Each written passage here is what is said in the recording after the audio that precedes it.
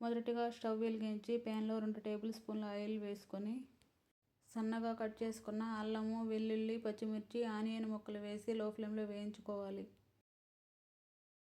ఇప్పుడు ఇందులోనే సన్నగా కట్ చేసుకున్న 1 cup green, yellow, red capsicum, carrot ముక్కలను, క్యాబేజీని వేసి 2 నిమిషాలు మీడియం ఫ్లేమ్లో వేయించుకోవాలి.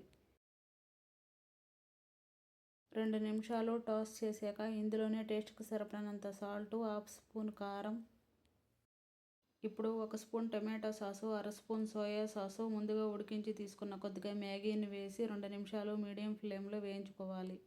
ఇప్పుడు స్టవ్ను ఆఫ్ చేసి పూర్తిగా చల్లారనివ్వాలి. స్ప్రింగ్ రోల్ షీట్ తీసుకొని స్టఫింగ్ పెట్టి ఎడ్జెస్కి మైదా పేస్ట్ అప్లై చేసి రోల్ చేయాలి.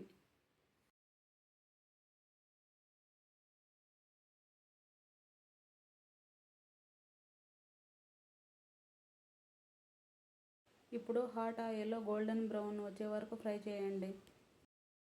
చూడండి friends, super crispy veg spring rolls ready. Ketchup లేదా స్పైసీ మయోతో సర్వ్ చేస్తే టేస్ట్ సూపరు. వీడియో నచ్చితే లైక్ చేయండి, షేర్ చేయండి, సబ్స్క్రైబ్ చేయండి.